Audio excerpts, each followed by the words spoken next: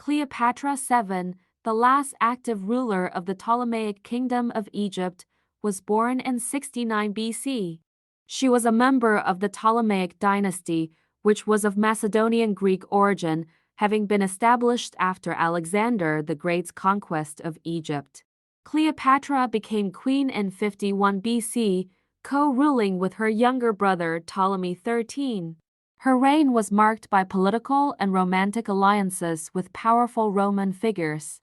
Cleopatra quickly established herself as a capable leader, demonstrating political acumen in navigating the complex political landscape of the time with her intelligence and charisma. In the early years of her reign, in a world dominated by men, Cleopatra was struggling to reclaim her throne when an opportunity arose. On one evening, a ship arrived bearing a familiar figure, Julius Caesar, the Roman general whose ambitions matched her own. Caesar was pursuing Pompey, who fled to Egypt but was assassinated by the order of Ptolemy XIII just before Caesar's arrival. Pompey's assassination outraged Caesar, and he demanded money from Ptolemy XIII. Ptolemy XIII failed to fulfill Caesar's demand, and Cleopatra was not allowed to enter the chamber of Caesar in the palace of Alexandria. To meet Caesar, Cleopatra smuggled herself into the palace of Alexandria by having herself rolled up in a carpet that is delivered to Caesar's chamber. Cleopatra was young and beautiful at the age of 21, while Caesar was at the height of his powers at 52. But it was not her youth and beauty that captivated him, but rather the ploy and cunningness that she used to present her. Amused by Cleopatra's strategy, Caesar allowed her an audience. She sought Caesar's support to solidify her position on the throne and remove her brother from power. With Caesar's military backing, Cleopatra was able to defeat Ptolemy XIII, who drowned in the Nile during the conflict. Cleopatra then became the sole ruler of Egypt. Soon their forged alliance of mutual respect turned to desire. As they discussed plans to strengthen their kingdoms, Cleopatra realized that she could wield not only power but also love. Their strategic relationship turned into passion and romance. Cleopatra bore Caesar a son, Ptolemy Caesar, known as Caesarion, a symbol of their union. Together, they envisioned a new era for Egypt, one that would rival the might of Rome itself. In 47 BC, Cleopatra visited Rome with Caesar, where she enjoyed the prestige of being the Queen of Egypt.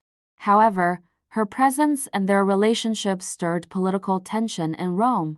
But as fate would have it, Caesar's time was short. In 44 BC, Caesar's assassination left Cleopatra in a precarious position. She returned to Egypt and worked to secure her power. In the following years, she turned her sights to Mark Antony and aligned herself with him, who was one of Caesar's most loyal supporters. This partnership was both political and romantic, as Antony sought to expand his influence in the East and viewed Cleopatra as a valuable ally. The years unfolded with grand banquets and military campaigns, and Cleopatra and Antony's relationship blossomed, and they had 3 children: Alexander Helios, Cleopatra Selene II, and Ptolemy Philadelphus.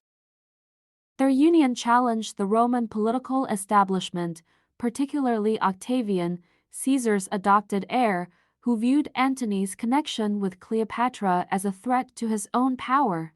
In 34 BC, Antony declared Cleopatra and their children as co-rulers of the East, which provoked outrage in Rome. The relationship between Antony and Cleopatra was portrayed negatively, framing them as a dangerous foreign influence over Roman affairs. This contributed to growing tensions between Antony and Octavian.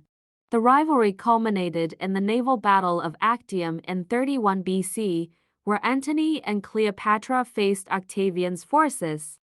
The battle was a decisive defeat for Antony and Cleopatra, leading them to retreat to Egypt.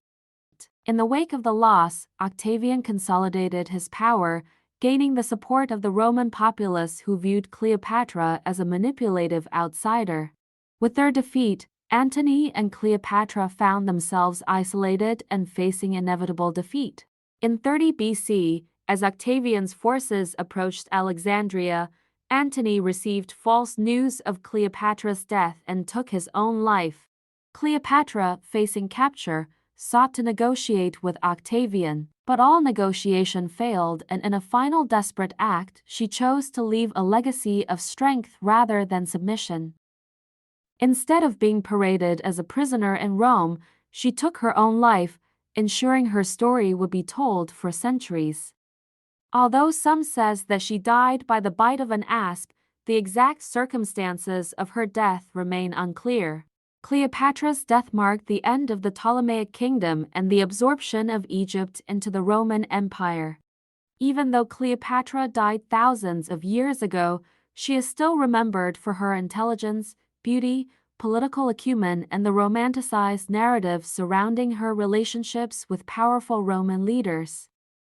Over the centuries, she has been depicted in various forms of art, literature, and film, contributing to her image as a seductress and a powerful ruler. Moreover, Cleopatra was highly educated, fluent in multiple languages, and engaged in the governance of Egypt. She was the first Ptolemaic ruler to learn the Egyptian language, which helped her connect with her subjects. Cleopatra's life has inspired countless works, from Shakespeare's tragedy Antony and Cleopatra to modern cinematic portrayals. These representations often blur the lines between historical fact and fiction, shaping her image as a figure of both tragedy and ambition. Her life and reign illustrate the intricate interplay of power, love, and ambition in ancient history, making her one of the most fascinating figures of the ancient world.